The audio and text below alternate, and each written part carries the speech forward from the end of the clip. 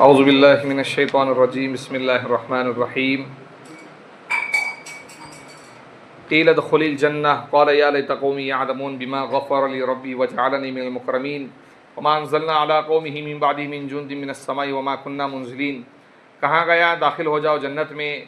کہا حبیب نجار نے اے کاش کہ میری قوم جان لیتی کس وجہ سے میرے پروردگار نے میری مغفرت کی اور بنایا مجھ کو باعزت لوگوں میں سے۔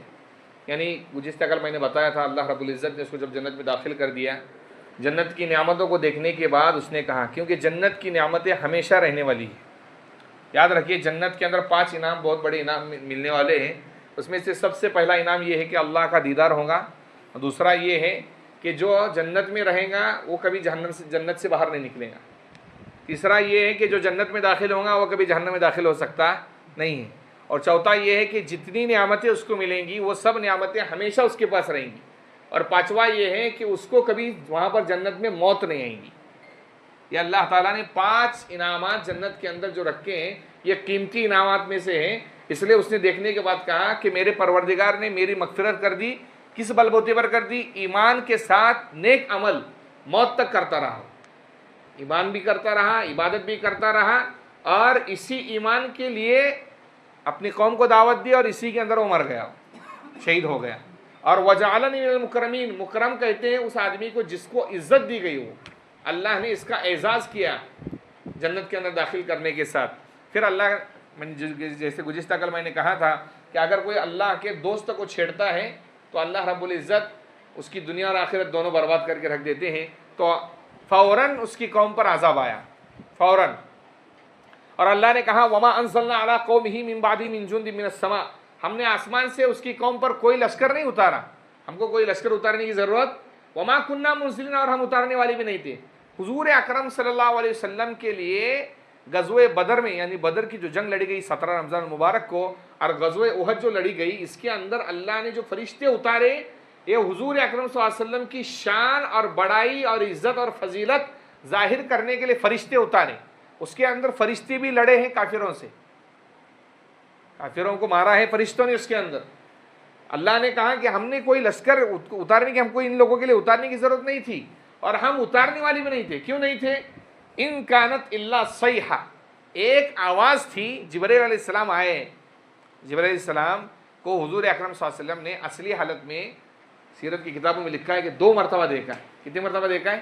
اصلی حالت میں اللہ تعالیٰ نے جبرائیل علیہ السلام کو 600 پر عطا کی۔ کتنے پر عطا کی؟ 600 پر عطا کیے، اور 2 پروں میں پوری دنیا ڈھک جاتی ہے۔ کتنے پروں میں؟ 2 پروں میں۔ اصلی روپ میں جب دیکھا تھا جبرائیل علیہ السلام کو آپ صلی اللہ علیہ وسلم، تو ڈر گئے تھے۔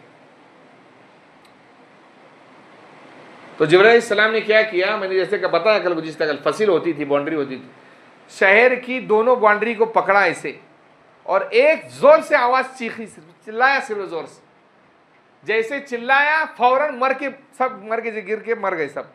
اتنی تیز دھار آواز تھی، اگر آدمی کو زیادہ تیز آواز سنے کان کے پردے پھٹ کے مر جاتا ہے آدمی۔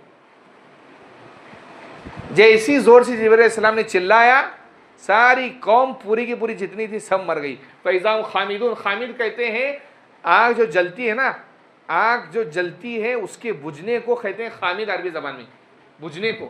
اور انسان کے اندر جب تک گرماہٹ باقی ہے تب تک سمجھ لینا وہ زندہ ہے، جب پورا بدن ٹھنڈا پڑ جاتا ہے سمجھ جانا وہ اس کی موت ہو گئی۔ اس کو اردو زبان میں کہتے ہیں حرارت غزیریہ یا عزیریہ، جو بھی لفظ ہے اس کے لیے، کہ گرمی جب تک انسان کے بدن میں رہتی ہے تب تک وہ زندہ ہوتا ہے، یاد رکھیے۔ اب مردے کو جا کر چھو لینا کبھی تو معلوم پڑے گا، پورا بدن ٹھنڈا پڑ جاتا ہے۔ اور جس کی موت قریب آ جاتی ہے، دیکھنا اس کے پیر سے جان نکلنا شروع ہو جاتی ہے تو پیر پورے ٹھنڈے پڑ جاتے ہیں۔ پیر کیا ہو جاتے ہیں بھائی؟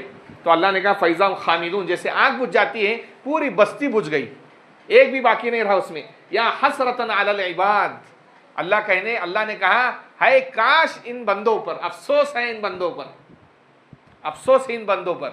کیوں؟ بندے ہو کر بندگی نہیں کر سکے۔ کیا ہو کر؟ بندے ہو کر بندگی نہیں کر سکتے۔ اور کیا؟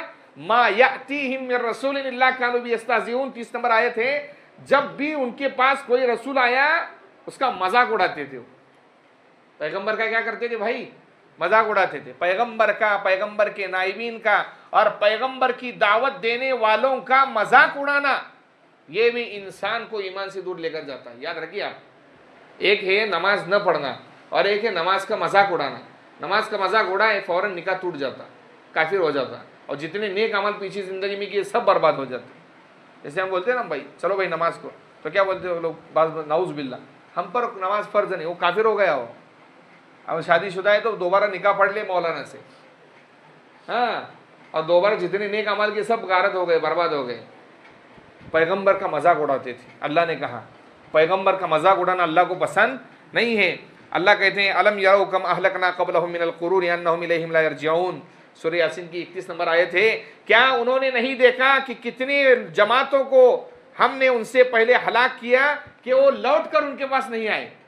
اب مکہ والوں کو بول رہے ہیں اللہ تعالیٰ کہ مکہ والوں غور سے سنو, تم سے پہلے بڑی بڑی بستیاں تھیں. ہاں, اللہ تعالیٰ نے ایسے ایسے انسان پیدا کیے. ہم جو ہے نا ہماری ہائٹ کتنی ہو جاتی, زیادہ سے زیادہ 7, 7.5, 8 فٹ, اور بعض مرتبہ کوئی نکل گیا 10 فٹ کا تو عجیب بات ہو جاتی ہے دنیا میں. عجوبہ بولتے لوگ اس کو. آدم علیہ السلام کی ہائٹ کتنی تھی, ان کے اولاد کی ہائٹ بھی اتنی ہی تھی. اب وہ اتنے سے اتنے سے اتنے سے اتنے سے اتنے ہوتے آئے سب. ہم قوم عاد کو اللہ نے پیدا کیا.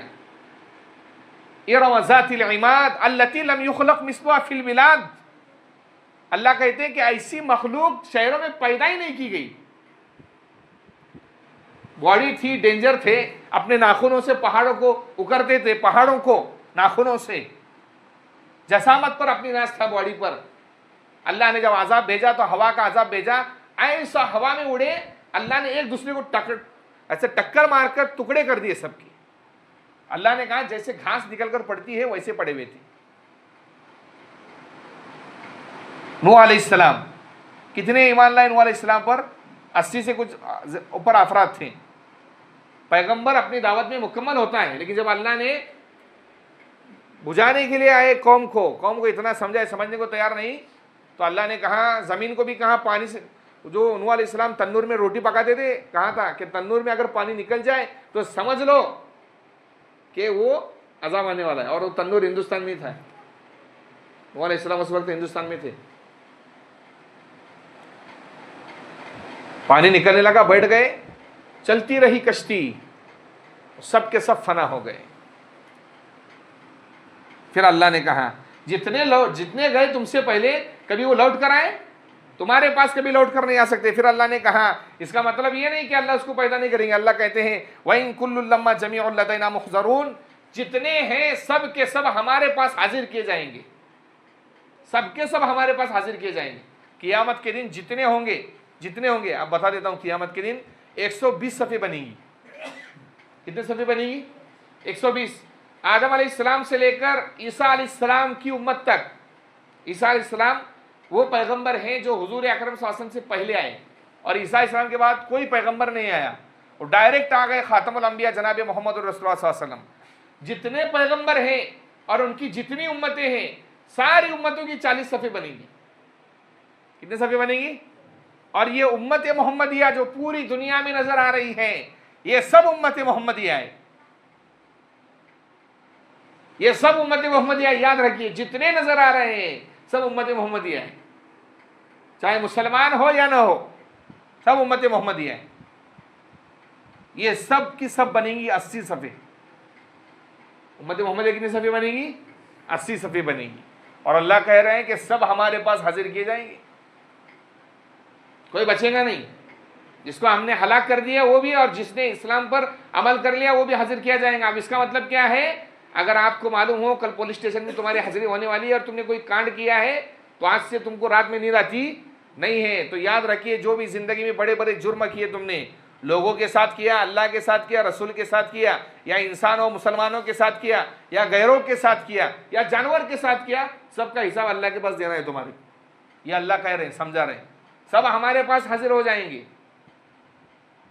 کوئی ہم سے چھوٹنے والا نہیں ہے. سب حاضر کیے جائیں گے. تو ہم اپنے دامن میں جھانکے اور سوچیں, میں جب اللہ کے سامنے حاضر کیا جاؤں گا تو کیا میری زندگی اس لائق ہے کہ میں اللہ کے سامنے کہہ سکوں کہ اللہ میں نے تھوڑے ڈھنگ کے کام کر کے آیا دنیا میں. سوچیے, یہ اللہ نے اس لیے کہا کہ کوئی یہ نہ سمجھے کہ جو چلے گئے وہ چلے گئے. نہیں, پنرجنم ہونا ہے.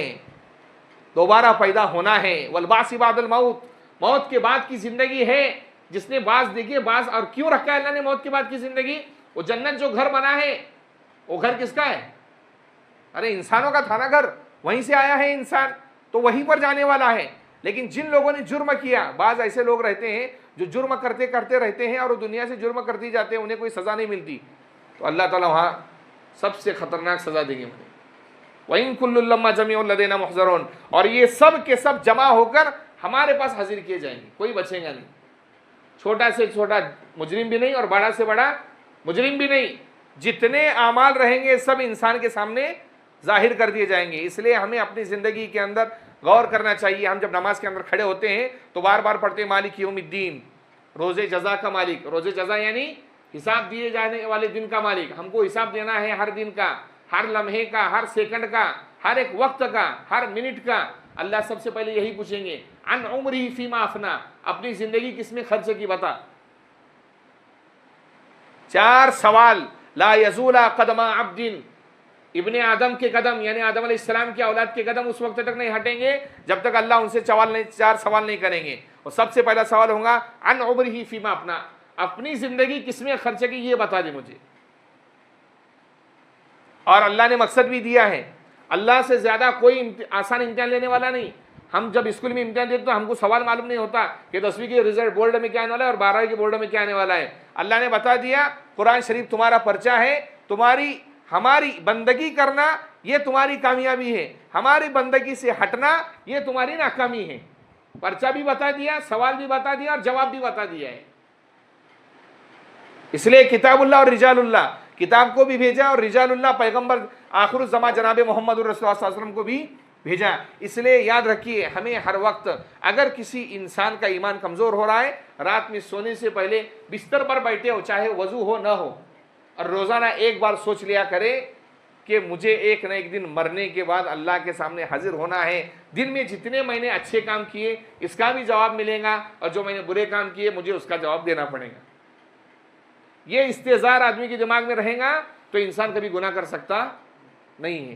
اس لیے اللہ رب العزت نے یہاں پر اس امت کے ذریعے یہ سبق دیا ہے. اور پھر اللہ نے آگے جو اللہ نے زمین کے اندر مخلوقات پیدا کی، جو ہم کو پیدا کیا اور دوسری مخلوقات کو پیدا کیا، اس کے ذریعے بتایا ہے کہ ہم دوبارہ کیسے انسانوں کو پیدا کر سکتے ہیں. وہ آئندہ کل انشاءاللہ بتائیں گے.